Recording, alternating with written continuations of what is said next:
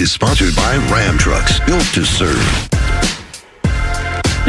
Funny man Doug Marone yesterday. It highly entertained Wilds, I'll tell you that much. Good morning, everybody. Welcome to First Things First on a Friday morning. Jenna Wolf, Nick Wright, Kevin Wilds, Chris Broussard.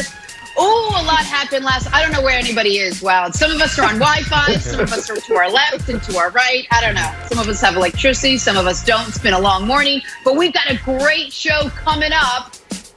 Ben Simmons is now out indefinitely. Does that alter the future of the 76ers? We'll talk about that. Did the Clippers convince Nick that they're for real after last night? And has the clock finally run out on Tom Brady? We will hear from Tom Brady himself coming up. But we got to start in the NBA, in the bubble last night, with the marquee matchup. Well, it could have been the marquee matchup, Lakers, Rockets, but LeBron was out for the Lakers. Russ was out for the Rockets. And so James Harden was your one-man show. 39, 8, and 12 for the Beard as the Rockets cruise to a win. That's another loss for the Lakers. So if that, guys, wasn't the marquee matchup, might I suggest Blazers Nuggets? Because Wilds, what time is it? Well, it's Dame time. It's Dame time now. It will also be Dame time at the end of the show. It's always Dame time. It's Dame time. Damian Lillard, 45 points, 12 boards, and 11 three-pointers last night. So Blazers get another win. They're now just a half game back of the 8 seed. Here is Dame on the state of his Portland Trailblazers. Y'all know that I'm always optimistic, and I always see the best in situations, especially a situation like this. And it was also why I said what I said, months ago, and I said, if we don't have a chance to compete for a playoff spot, I don't want to play. Because I knew that if we did have a chance to play for a playoff spot, it would look something like it looks right now. All right, so Nick, your Lakers could be staring at a first-round matchup with Wild's red-hot Blazers. Should the Lakers be concerned at this point? Absolutely not. But listen, buckle up. I got a lot to get through right here. I'll try to do as quickly as possible.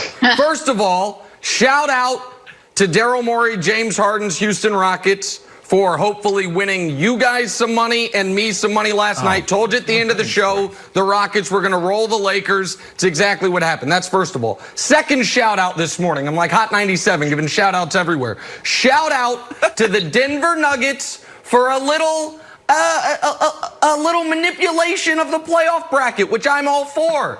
They see the Blazers coming. They see the Lakers potentially being wobbly. So you know what they do? Will Barton take the night off. Paul Millsap, you've deserved it. Jamal Murray, you've been hurt. You're still out.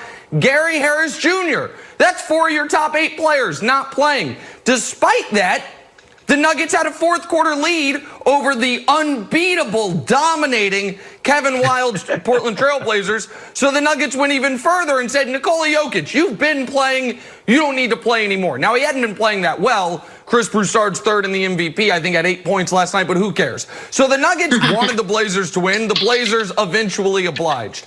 And so I'm very excited because it's a tradition unlike almost any other in the NBA and American sports. A late season, regular season swoon of a LeBron James team that makes people say really foolish things. I'm old enough to remember all the way back in 2018 when that Cavs team was such a mess. Folks went on television and picked the Pacers to beat them, and then had the Raptors as massive favorites in that series. I'm old enough to remember in 2016 when that was the year that the Raptors were going to get through, or in 2015 when the Hawks, oh my God, the Hawks, the Cavs don't have it together, David Blatt. And what happened?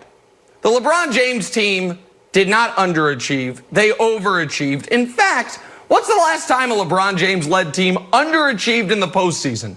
You could argue 2014, the finals loss to the Spurs. I would say it's been all the way back to 2011. So no, I'm not worried about the Blazers. I'm not as convinced as you guys are that this will even be the matchup we get, but the rest of the West, because they are accurately and acutely worried about the Lakers, Broussard. The rest of the West is going to help the Blazers along the way. You had the Nuggets help them last night, and Saturday, you know who the Blazers play? The Los Angeles Clippers. Set your watch to it. My guess is Kawhi, Paul George, have the night off, because the whole West would love the Lakers to have a tough first-round matchup. So the Blazers will be tried to be pushed into the postseason. But no, I'm not concerned about it, Chris Broussard.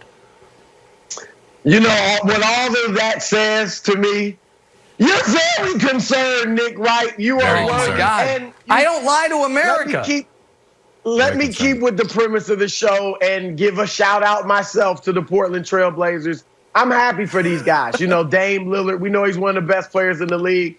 And second, by the way, on my All-NBA ballot, my official ballot, as a guard. But Damian Lillard is playing great. I'm happy for the Blazers because they're healthy.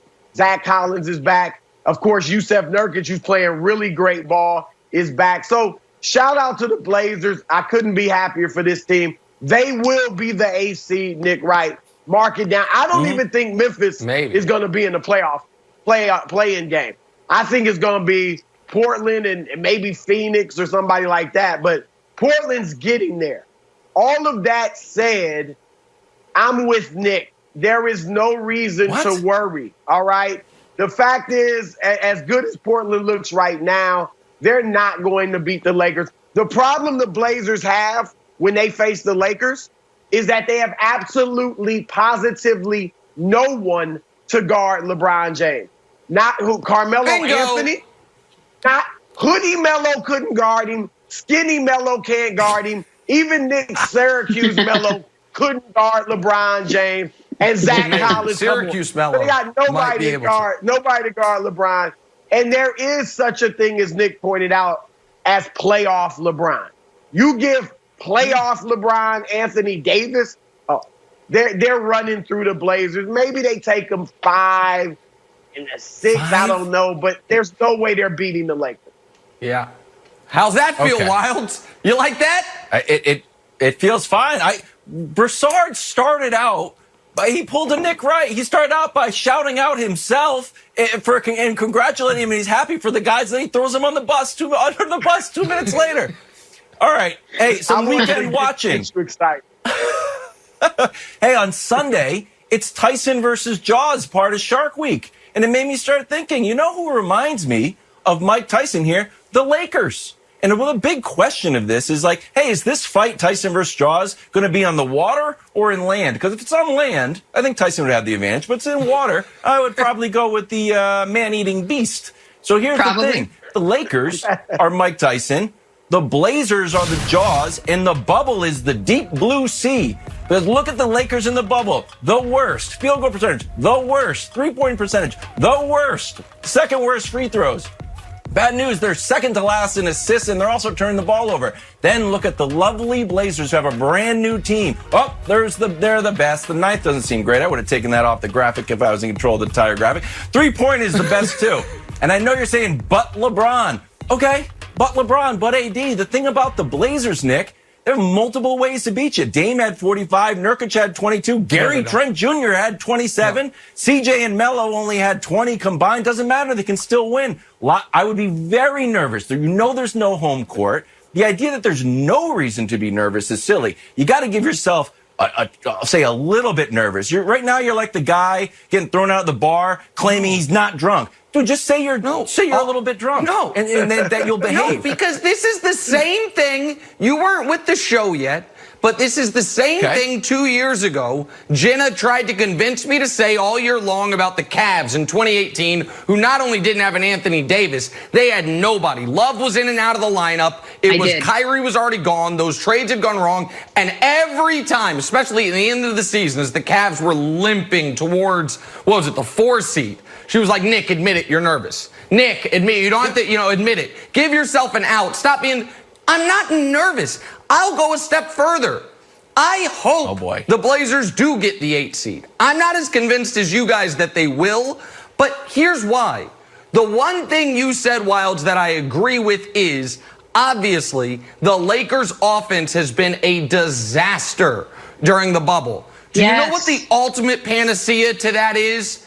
The 27th ranked Blazers defense. LeBron has looked nothing like LeBron in the bubble. Do you know what the ultimate elixir for that is? Having Gary Trent Jr. or whomever the hell the Blazers are going to try to throw out on him in the first round. Because the playoffs will start in round 2 for the Lakers. They might be playing the Rockets. They might be playing the Nuggets, who by then miraculously will have 4 of their top 8 players back who they didn't play yesterday.